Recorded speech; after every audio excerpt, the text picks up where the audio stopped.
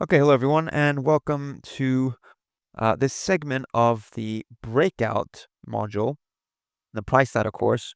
What we're going to be going through now specifically is just outlining what we're going to be looking for on the price ladder when we do get a high conviction break. So we're highlighting what do we want to see in the order flow on a high conviction break. So as we highlighted before, we set a few different areas and structures that we'll be looking for potential breakouts. Now, what is it we're looking for on the price ladder? Because I want to go through this differently than the other modules, like the fading, for example, where I actually just went through during the price ladder video what we're looking for. The thing is with breakouts, traditionally, they tend to happen very, very quickly. So I won't really be able to outline everything and show you how to trade it all at once. I'd actually like to just quickly go through what I'm looking for on the price ladder first, such that when we're going through the price ladder video, you can actually pay attention to these certain characteristics in the price action. Now, the number one and most important thing that we mentioned before, and the reason why I like trading um, breakouts is for this very first reason, which is you want to see and you expect to see higher than average volume with the break. Now, this is the most important this is the most important rule, and I cannot stress, I cannot overstate how incredibly important it is for you to understand this very simple concept. And I know a lot of you are just going to take it and just digest it for now, and then not actually really think about what this means. Because if you really do believe that you should be looking for high volume, it's very, very many traders that tend to trade these breakout strategies or these breakout setups, and they think they're expecting to see high volume, and they kind of convince themselves that there is potentially high volume, but it's not really there. When you see high volume, when you see volume going through the market, it's very visible because there's a lot of order flow. There's aggression. And how to define this is actually probably the most important thing. So how do we actually define this higher than average volume? What are we looking for when this higher than average volume is taking place? Well, one thing that we really, really want to see that's important is what we call one-way order flow. We want to be able to see one-way order flow, which is propelling the market with aggression. That one-way order flow that's, the buyers are clipping at market with bigger than average clips, and they're trying to get their business done aggressively. They're not passive.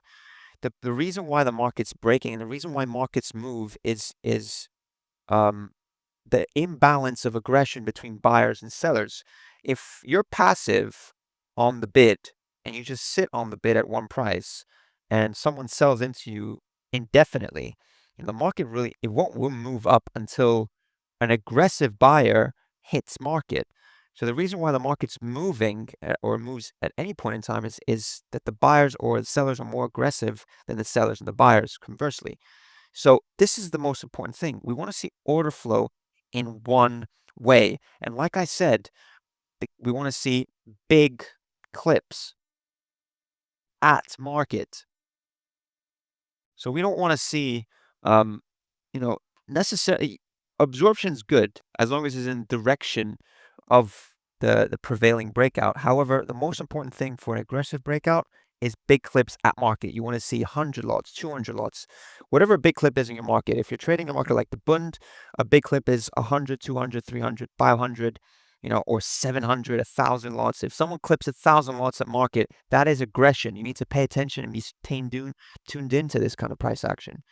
Now, another thing you want to see when we're getting the breakout is an acceleration in the order flow. What do I mean by acceleration? Well, we want acceleration, just as if anyone of you have done physics, um, speed's the rate at which you're moving a certain distance. Acceleration is the rate of of um of the change in speed. Basically, it's the rate at which you're changing your speed. So it's basically one is a derivative of another. So when we say the acceleration in order flow, we want the rate of order speed to pick up. So for example, we just said before, we want big clips to come into the market. Well, we said big clips are, for example, 100, 200, 300.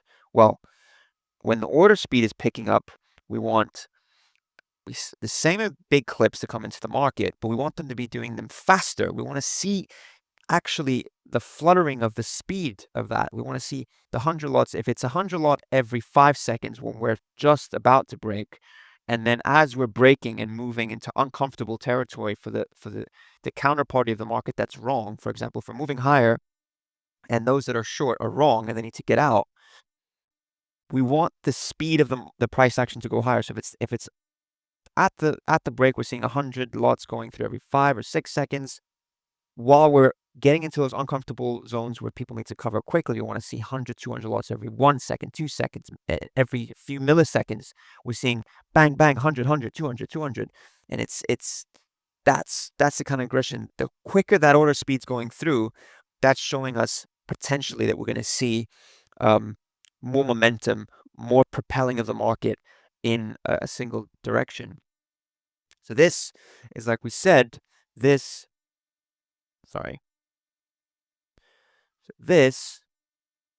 yields acceleration in the order flow, yields momentum. So that yields momentum. And from this, the momentum, what we mean by momentum is we're basically getting little or no tickbacks or downticks or upticks in, no downticks in a break to the upside, and no upticks in a break to the downside, for example. That's what we mean by no tickbacks.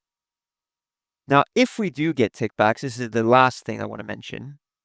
So if we do get tickbacks and the market ticks back, let's say 4, 5, 6 ticks, which, on a really high conviction break, you don't want to see it ticking back that much. If it's broken out 10 ticks and then it comes back those 10 ticks all the way back, what we do want to see, if we do get the tickbacks, we want to see absorption in the direction of the move, obviously. So if we get the tickback, we want absorption on the pullback.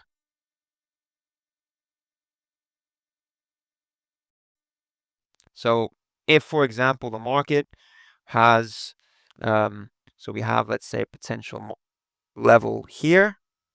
Let's just say we have a potential level here very quickly to go through this. And we get the market trending here. We hit the break, and then we slowly pull back. At this level here, we want to see absorption. This is so important because if we don't see that there, that could mean potentially we're getting a false break. We've gone through false breaks and what they look like. In this zone, when we reach back to that level or we get back to that really important area, we want to make sure we're getting absorption before we continue higher. So this is what we mean. This is what we're looking for. We need that absorption to take place on the pullback. So as we're pulling back, as we're moving back against the breakout, so this is our breakout. This is our pullback. On the pullback, we need to see absorption. So these are the kind of facets, the aspects that we're going to be looking for in the price action when we finally do break. So stay tuned for the next couple of videos. We're going to look at some price action examples of some high conviction breakouts. Thanks for listening.